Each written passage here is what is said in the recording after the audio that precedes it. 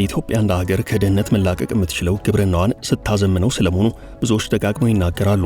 ኢትዮጵያ በተፈጥሮ እጅግ በጣም ለግብርና ምቹ ከሆኑ ሀገራት መካከል ትመደባለች። ክረምትና በጋው የተመጣጠነ፣ የቀንና የማታው ርዝመት የተመሳሰለ፣ ዓመቱን ሙሉ የሚፈሱ በርካታ ወንዞች፣ እጅግ ሰፊና ለም የእርሻ መሬት አለም። ሰፊና ጠንካራ አምራች ህዝብም አለ። ኢትዮጵያ የኖሉ ጸጋ ይዛ በድህነት ውስጥ እንድትዘልቅ ያደረጋት ይህን ሀብት ለመጠቀም ኢንቨስት ከማድረግ ይልቅ የዘር ፖለቲካና የጥላቻ ትርክት ላይ ረጅም ጊዜዋን አባክናለች ይላሉ አስተያየት ሰጪዎች።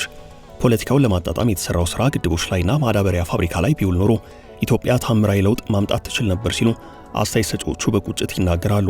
ግድቦችና የማዳበሪያ ፋብሪካዎች በተደጋጋሚ ተጀምረው አልተጠናቀቁም። በርካታ ሀብት ባክኖባቸዋል። አሁንም በርካታ ጅምር ግድቦች አሉ። ይህ የሚሆነው ብዙ ጊዜ በሀብት ምዝበራ፣ በማስፈጸም አቅም ውስንነትና በፖለቲካ ጣልቃ ገብነት ነው። በዚህ መንገድ ለረጅም ጊዜ እንዳይሰራ ሲደረግ የቆየው የአባይ ተፋሰስ አካል የሆነው የአማራ ክልሉ ግድብ መገጭ ነው። እስከ 20 ቢሊዮን ብር የወጣበት ይህ ግድብ በቅርቡ በጠቅላይ ሚኒስትሩ ተጎብኝቷል። ስለዚህ ግድብ ያልተሰሙ ጉዳዮችን እናነሳሳለን። አብራችሁን ቆዩ።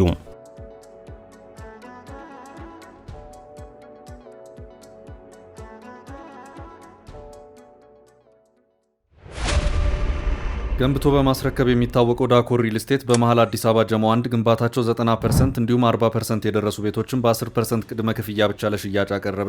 በአንድ ወለል ላይ 3 አባወራ ብቻ በቂ የሆነ የመኪና ማቆሚያ ከሰፊ አረንጓዴ ስፍራ ጋር አቀረበላችሁ። ባለ 1 መኝታ 80 ካሬ፣ ባለ 2 መኝታ 110 ካሬ እና 118 ካሬ፣ ባለ 3 መኝታ 135 ካሬ 70/30 የባንክ ብድር አመቻችቶ ከ623 ሺህ ብር ቅድመ ክፍያ ጀምሮ የመኖሪያ ቤቶችን ለሽያጭ አቀረበ።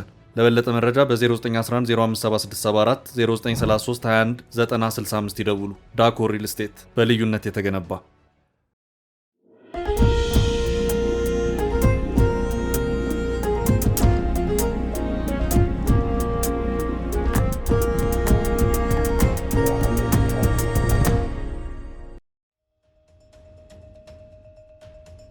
ኢትዮጵያ በርካታ የግድብ ፕሮጀክቶች ቢኖሯትም በተከታታይ በሚፈጠሩ ግጭቶችና ከውጭ በሚሰነዘሩ ሴራዎች ሳይፈጸሙ በጅምር እንዲቀሩ ይሆናሉ።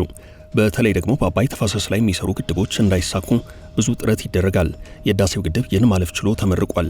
ይህን ማለፍ ሳይችል ለረጅም ጊዜ ተቋርጦ የቀረው በአማራ ክልል ጎንደር የሚገኘው የመገጭ ግድብ ነው።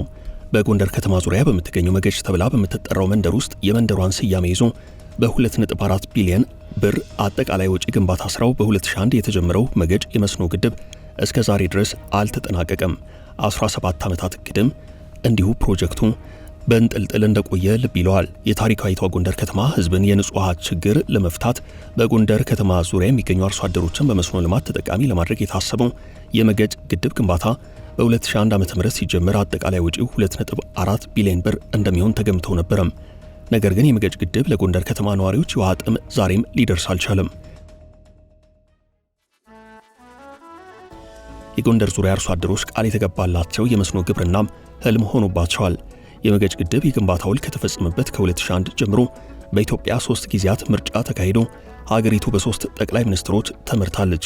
በአማራ ክልል ደግሞ 7 ርዕሳነ መስተዳድራን ተፈራርቀዋል። ግድቡ የሚገነባባት ጎንደር ከተማም እንዲሁ ከንቲባዎች ተቀያይረውባታል። በእነዚህ ሁሉ ጊዜያት በኢትዮጵያ ሰማይ ስር ብዙ ነገር ሆኗል። ያልታሰበ ያልተገመተ ተፈጥሯል። የመገጭ ግድብ የግንባታ ስራ ሲጀመር ከ3 እስከ 4 ዓመታት ይጠናቀቃል ተብሎ ነበረም። ዛሬ ላይ ግን የግድቡ ግንባታ ገና እየጀመረ ነው ቢባል ይሻላል።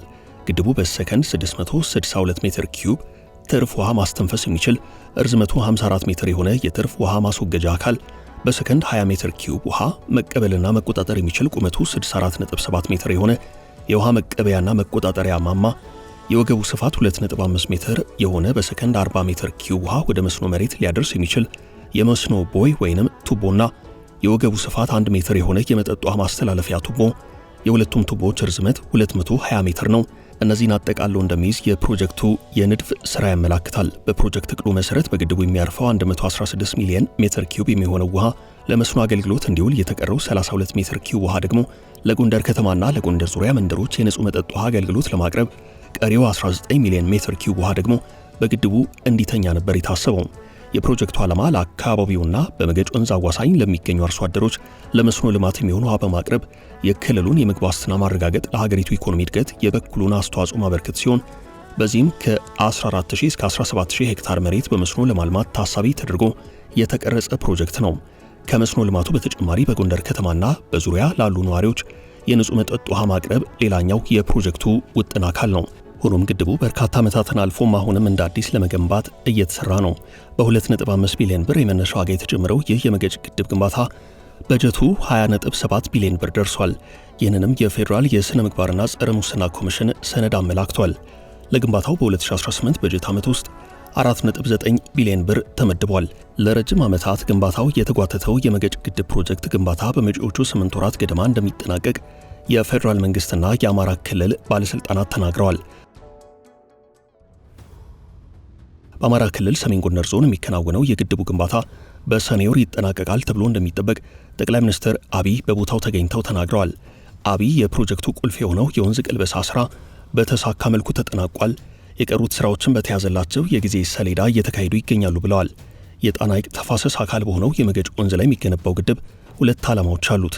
ማዕከላዊ ጎንደር፣ ምዕራብ ደንቢያና ምስራቅ ደንቢያ ወረዳዎችን የሚያካልለው እቅዱ በአካባቢው የሚገኙ አርሶ አደሮችን የምግብ ዋስትና ማረጋገጥ ነው። ግንባታው ሲጠናቀቅ በመንግስት ደረጃ እስከ 17000 ሄክታር የመስኖ እርሻ የማልማት አቅም ይኖረዋል። ሁለተኛው ዓላማ በጎንደርና በጎንደር ዙሪያ በሚገኙ ከተሞች ለሚኖረው ህብረተሰብ ንጹህ የመጠጥ ውሃ ማቅረብ ነው። እቅዱ ግን እስካሁን ድረስ በታቀደለት የጊዜ ሰሌዳና በጀት መሰረት አልተከናወነም። የሆነ ነገር አስበ ካልጨረስ መገጭ ነው የምትባለው ሲሉ ስማቸው እንዳይገለጽ የጠየቁ መሐንዲስ ተናግረዋል።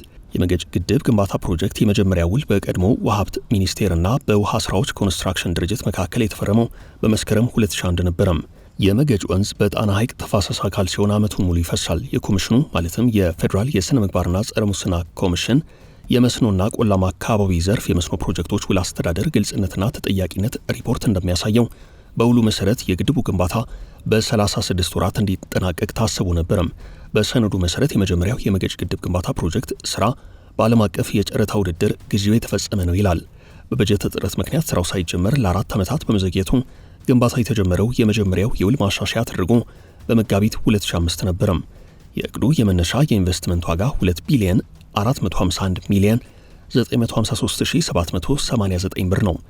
ግድቡን የመገንባት ኃላፊነት የወሰደው ኮንትራክተር ወይንም ተቋራጭ የነጠላ ዋጋ እንዲሻሻልለት ጠይቆ ሁለተኛ የውል ማሻሻያ በየካቲት 2017 ሲደረግ የፕሮጀክቱ ጠቅላላ የመነሻ ዋጋ ወደ 5.7 ቢሊዮን ብር ገደማ ከፍ አለም። በአጠቃላይ በአሰሪውና በኮንትራክተሩ መካከል የተፈረመው ውል 6 ጊዜ እንደተሻሻለ የፌዴራል የሥነ ምግባርና ጸረ ሙስና ኮሚሽን ሰነድ ያስረዳል።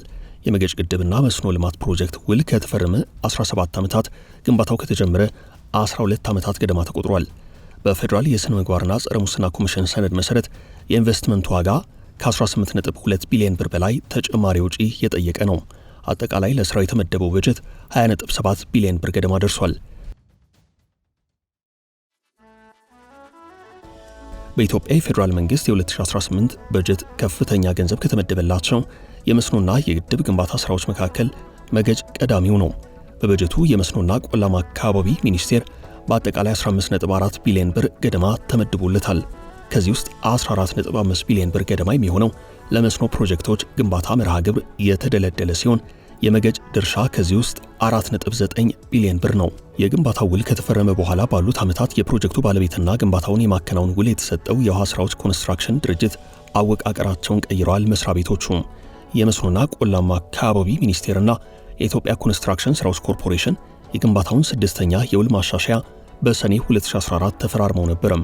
ይሁንና በአሰሪና በተቋራጩ መካከል የነበረው ውል በግንቦት 2016 ተቋርጧል። ውሉ ከመቋረጡ በፊት በ2013 ግንባታው ከ75 በመቶ በላይ ደርሶ እንደነበር የፌዴራል የሥነ ምግባርና ጸረ ሙስና ኮሚሽን ሰነድ ያስረዳል። በ2013 የግድቡ ማዕከላዊ ክፍል የመሰንጠቅ አደጋ ቢደርስበትም ሳይጠገን ቀርቷል። የተሰነጠቀው የግድቡ ማዕከላዊ ክፍል የመፍረስ አደጋ በ2015 ከገጠመው በኋላ በመስኖና ቆላማ አካባቢ ሚኒስቴር በኮንትራክተሩ ወይንም በተቋራጩ መካከል የነበረው ውል እንዲቋረጥ ተደርጓል። የሥራው ቅደም ተከተል አለመጠበቅና የስልት ችግር ለግድቡ ማዕከላዊ ክፍል መፍረስ ምክንያት እንደሆነ ነው የተነገረው። የተቋራጩም ግዴለሽነት እዚህ ውስጥ አብሮ ሰፍሯል። ይህ ክስተት 75 በመቶ ደርሷል የተባለውን የግድቡን የግንባታ ሂደት ወደ 66 በመቶ ዝቅ አድርጎታል። ይሁንና ውሉ ሲቋረጥ መንግስት የሚያስተዳድረው የኢትዮጵያ ኮንስትራክሽን ስራዎች ኮርፖሬሽን ያለምንም ቅጣት እንዲሰናበት ተደርጓል። ባለፈው ሳምንት የመገጭ ወንዝ አቅጣጫ በመቀየሩ ከጫፍ እስከ ጫፍ ግድቡን መስራት የሚያስችል ሁናቴ ተፈጥሯል ያሉት ዶክተር አብርሃም ቆሞ የነበረው መዋቅራዊ ስራ 100 በመቶ ተጠናቋል ሲሉ ተደምጠዋል። ዋናው ግድቡ የአፈር ሙሌት ስራው በስፋት እየተሰራ ነው። በዚህ ሂደት ከሰኔ በፊት ፕሮጀክቱን ዋና ግድቡን ሙሉ ለሙሉ ጨርሰን እናስረክባለን ብለዋል። በደቡብ ጎንደር ዞን የሚገነባው የርብ መስኖ ልማት ፕሮጀክት ለበርካታ ዓመታት ከዘገዩ የመንግስት ተመሳሳይ እቅዶች መካከል ወይንም ፕሮጀክቶች መካከል አንደኛው ነው። አርጆ ዴዴሳ፣ ወይቦና ካሌድ ጂጆ የተባሉ የመስኖ ልማት ፕሮጀክቶችም ለረጅም ዓመታት የተጓተቱና ተጨማሪ ከፍተኛ ወጪ የጠየቁ ስለመሆናቸው የጀርመን ድምፅ የአማርኛው ቋንቋ አገልግሎት ዶቼ ቬለ አምሃሪክ በዘገባው አመላክቷል። አበቃን። መልካም ጊዜ ተመኘን።